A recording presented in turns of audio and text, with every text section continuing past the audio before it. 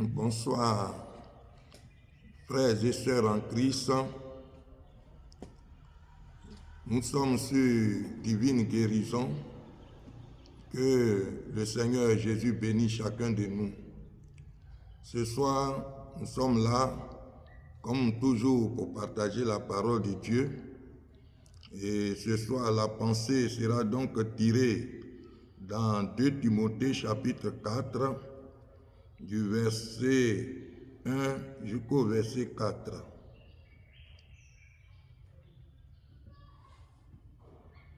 Je fais la lecture. Je t'en conjure devant Dieu et devant Jésus-Christ, qui doit juger les vivants et les morts, et au nom de son apparition et de son royaume. Prêche la parole, insiste, en toute occasion favorable ou non, reprend, censure, exhorte avec toute douceur et en instruisant, car il viendra un temps où les hommes ne supporteront pas la saine doctrine, mais ayant la démangeaison d'entendre des choses agréables, ils se donneront une foule de docteurs selon leurs propres désirs, détourneront l'oreille de la vérité et se tourneront vers les fables. Verset 5. Mais toi, sois sobre en toutes choses, supporte les souffrances, fais l'œuvre d'un évangéliste, remplis bien ton ministère. Bien-aimés frères et sœurs, ici, l'apôtre Paul qui parle à son fils spirituel Timothée, et il lui donne un ordre. Ici, c'est à l'impératif. Il dit prêche la parole. Au verset 2, prêche la parole. Insiste en toute occasion favorable ou non. Reprend, censure, exhorte avec toute douceur en instruisant. C'est ce verset 2 qui va nous intéresser particulièrement. Prêche la parole. Prêche la parole. Tu es jeune, prêche la parole.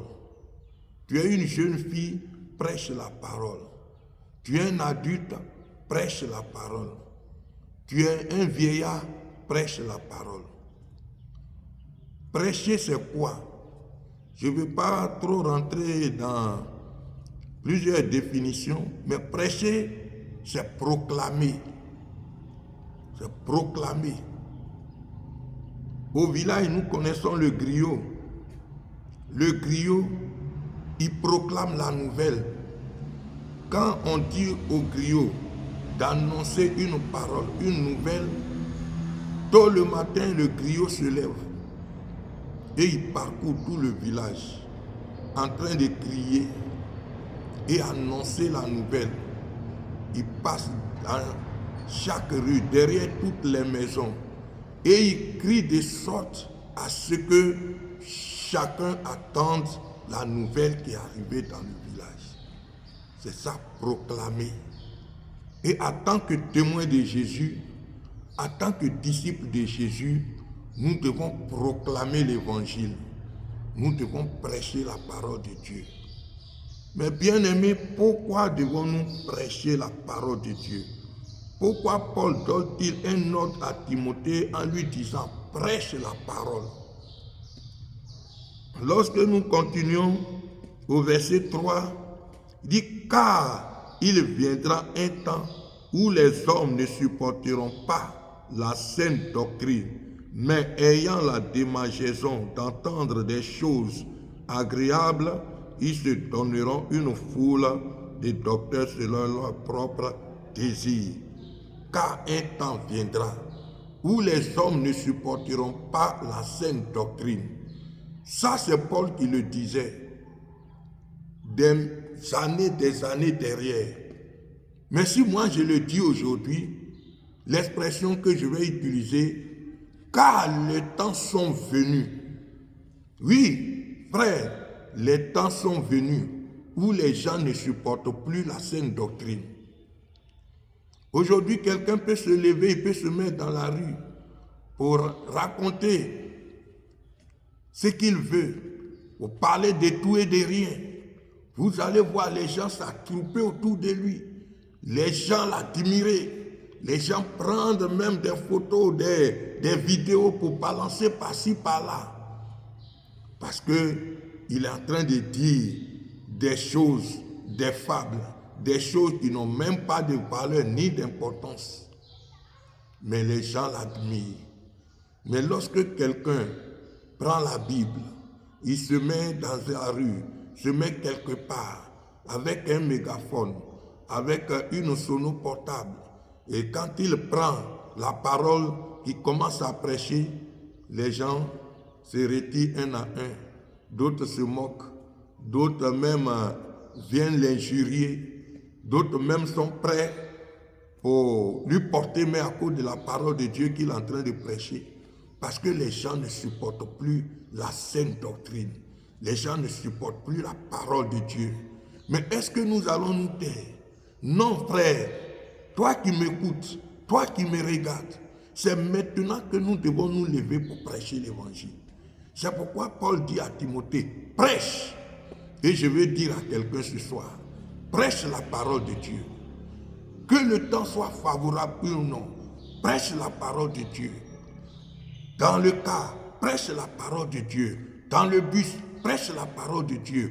Au champ, prêche la parole de Dieu. Oui, à l'école, prêche la parole de Dieu. Souvent, on nous interdit de ne pas parler de la parole de Dieu à l'école. Alors qu'à l'école, les gens parlent de tout, même la sexualité. Tout ce qui détruit aujourd'hui nos enfants, les gens parlent de cela à l'école. Mais c'est seule la parole de Dieu qui est interdite à l'école. Mais je veux dire à quelqu'un, prêche la parole de Dieu, que ce soit à l'école, que ce soit à l'université, que ce soit dans les collèges. Prêche la parole de Dieu, parce que c'est le temps qui est arrivé. Même si les gens n'ont pas envie d'écouter la parole de Dieu, mais nous devons prêcher la parole de Dieu. C'est l'heure qui est arrivée.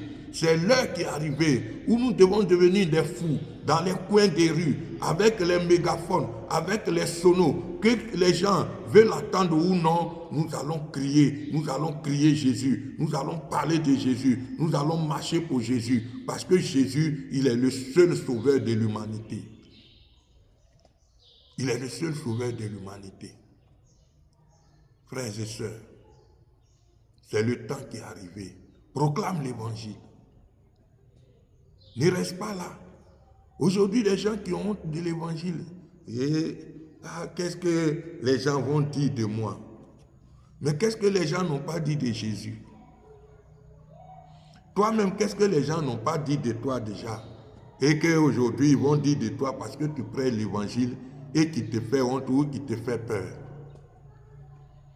Moi, les gens ont déjà dit beaucoup de choses sur moi.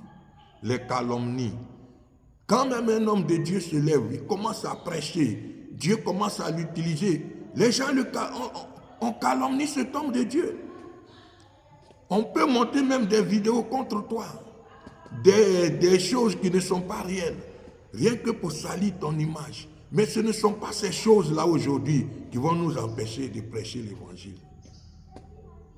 Servante, serviteur de Dieu, lève-toi. Lève-toi, l'heure est grave. Les gens racontent tout, ils parlent de tout, ils parlent de rien. Mais c'est la parole de Dieu, on ne veut pas attendre. Et on veut nous faire taire pour ne pas que nous prêchions l'évangile. Prêche la parole, proclame l'évangile. Voilà la pensée que je voudrais partager avec toi. Que le Seigneur te bénisse. Amen.